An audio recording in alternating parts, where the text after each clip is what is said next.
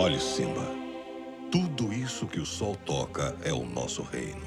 Nossa! O tempo de um reinado se levanta e se põe como o sol.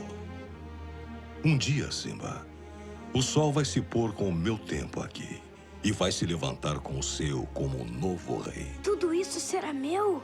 Tudo isso. Tudo isso que o sol toca. E aquele lugar escuro lá? Fica além de nossa fronteira. Jamais deve ir lá, Simba. Mas o rei não pode fazer tudo o que quiser. Há muito mais que um rei tem que fazer além de sua vontade. Há muito mais? Ah, Simba. Tudo que você vê faz parte de um delicado equilíbrio. Como rei, você tem que entender esse equilíbrio e respeitar todos os animais, desde a formiguinha até o maior dos antílopes. Mas nós não comemos antílopes. Sim, Simba, mas deixe-me explicar. Quando você morre, seu corpo se torna grama e o antílope come ela. E assim, estamos todos ligados no grande ciclo da vida.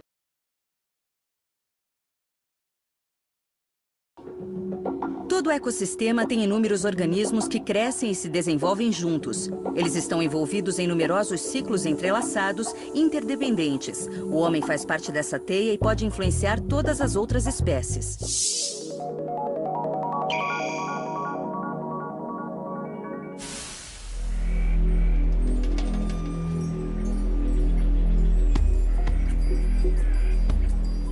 As plantas e os animais vêm se adaptando aos seus ambientes há milhões de anos. As espécies sobreviveram ajustando-se ao clima, encontrando alimento e evitando os perigos ao seu redor. Os organismos não vivem isolados. Eles vivem em ecossistemas. Um ecossistema é um habitat no qual as plantas, animais e micro-organismos interagem entre si e com os elementos não vivos que os cercam. Lagos, praias, campos e florestas são ecossistemas. Um ecossistema inclui os fatores bióticos, ou componentes vivos, e os abióticos, que são os componentes não vivos. O conjunto de organismos vivos de um ecossistema é chamado de biota. Os seres vivos da biota compõem uma comunidade. Para sobreviver, uma espécie precisa ter um nicho na comunidade, onde ela encontra alimento necessário para sua sobrevivência e reprodução.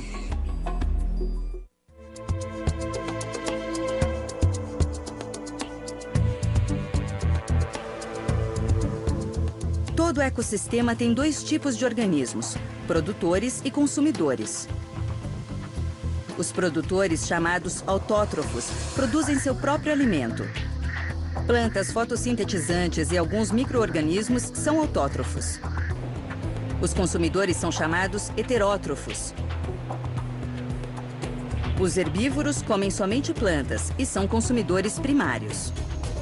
Os carnívoros são consumidores secundários. Eles comem carne e vivem dos consumidores primários. Fungos e bactérias são consumidores que também são chamados de decompositores, porque eles se alimentam de organismos mortos ou em decomposição. Eles decompõem grama, troncos de árvores e restos animais, devolvendo ao solo seus nutrientes. Os produtores, consumidores, primários e secundários e decompositores compõem uma comunidade interdependente dentro do ecossistema.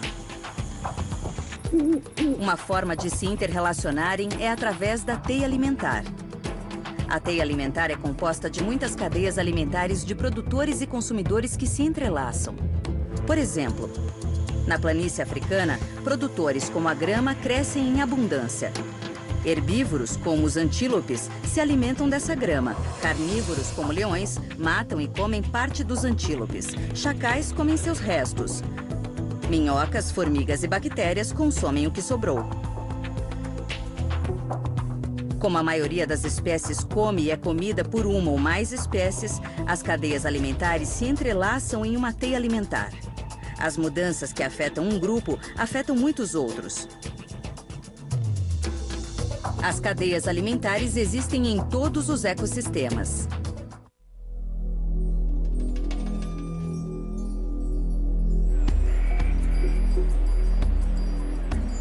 Muitos ciclos acontecem com os componentes abióticos ou não vivos de um ecossistema. Os produtores usam a luz solar como fonte de energia para produzir alimento. E a partir daí, essa energia é transferida ao longo da cadeia alimentar para os consumidores: herbívoros, carnívoros e decompositores. Os diferentes níveis tróficos formam uma pirâmide de energia.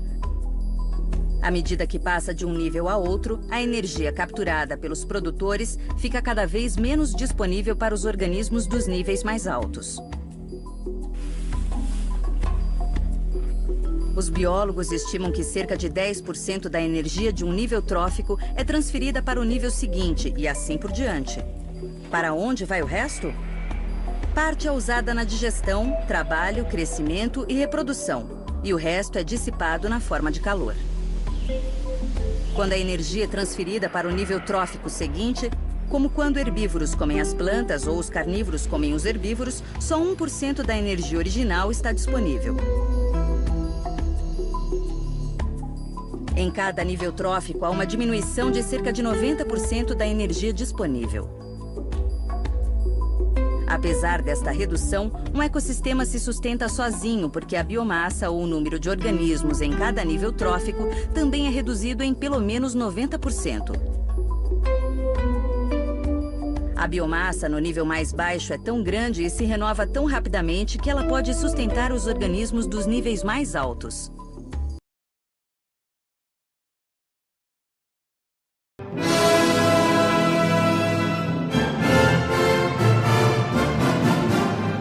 O que é vida?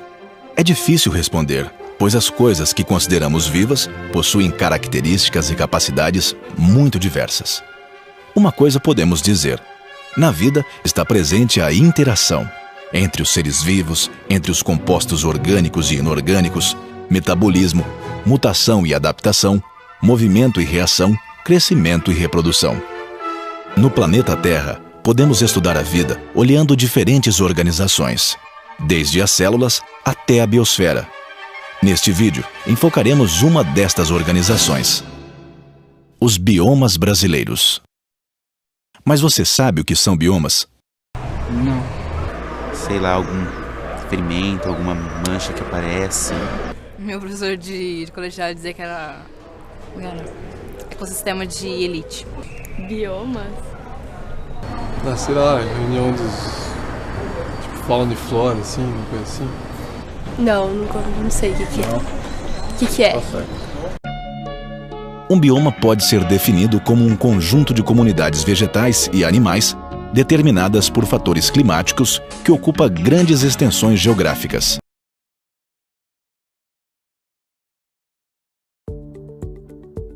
No universo, há um endereço onde a vida se manifesta em profusão. Ele se chama Planeta Terra. Aqui, a vida está por toda parte, no ar, na terra, na água e até nas regiões de clima mais hostil. Os milhares de anos de evolução e adaptação das espécies concentraram grupos de seres vivos em determinadas áreas, formando conjuntos de plantas, animais e outros seres vivos que compartilham o mesmo espaço com equilíbrio entre si e com o meio físico. Esses lugares são chamados de biomas. E sabe qual é o endereço da maior biodiversidade do planeta? É aqui, no Brasil. À medida que aumentam os estudos, cresce o número de novas espécies descobertas e cresce também a importância de preservar nossos biomas. Temos aqui 6 biomas estudados não só por nós brasileiros, mas pelo mundo todo: a Mata Atlântica, a Amazônia, a Caatinga, o Pantanal, o Pampa e o Cerrado. Vamos fazer juntos uma breve viagem pelas características de cada um desses biomas? No bioma Mata Atlântica, temos a araucária. Esta árvore exuberante produz uma semente comestível, o pinhão. Também está presente aqui a árvore que originou o nome do nosso país, o pau-brasil. Da extensa área que se estendia do Rio Grande do Norte ao Rio Grande do Sul, sobraram apenas 5% da mata original. Neste pequeno percentual restante, concentra-se a maior diversidade de plantas do planeta, com cerca de 25 mil espécies, além de animais como o mico-leão da cara dourada e o macaco muriqui.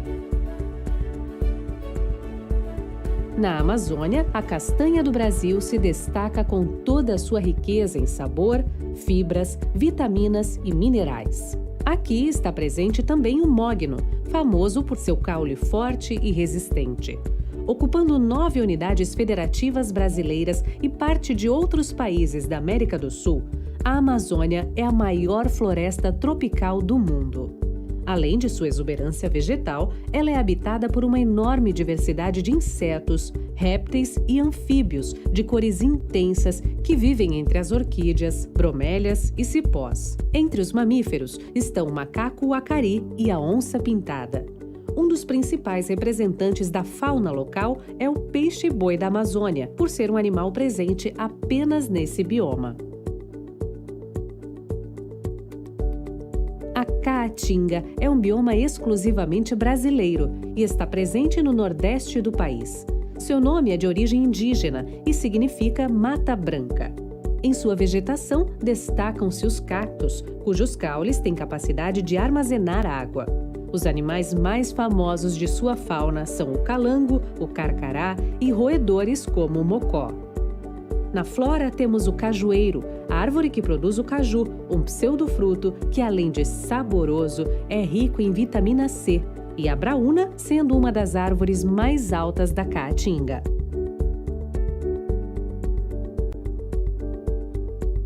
No bioma Pantanal é encontrado o ipê, árvore cujas folhas são usadas para curar várias doenças, tanto que é chamada de para-tudo pelos pantaneiros. Nesse bioma está a maior planície inundável do planeta.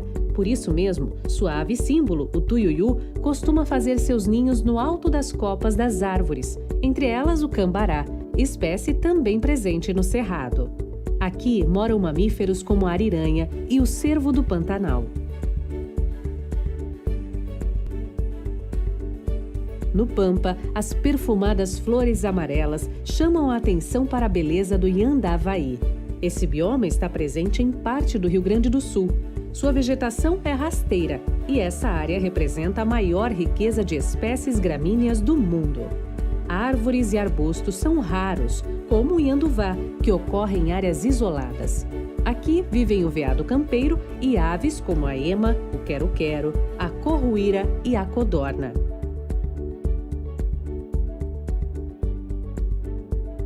No Cerrado, segundo maior bioma do Brasil, encontra-se o jatobá, que na língua guarani significa árvore de fruto duro. Sua vegetação é variada, formando paisagens bem diversas, com presença do pequi, fruto com um alto valor nutricional em vitaminas e óleos. Na fauna estão presentes antas, lobos-guarás e o inconfundível tamanduá-bandeira. São comuns ainda diversos tipos de insetos, como cupins e saúvas. Os 6 biomas brasileiros são um gigantesco privilégio para todos nós. Compostos de uma biodiversidade extensa e muito rica, eles merecem ser apreciados e, principalmente, preservados. Vamos cuidar do que a natureza nos deu. E a melhor forma de fazermos isso é nos conscientizando sobre a riqueza de nosso meio ambiente.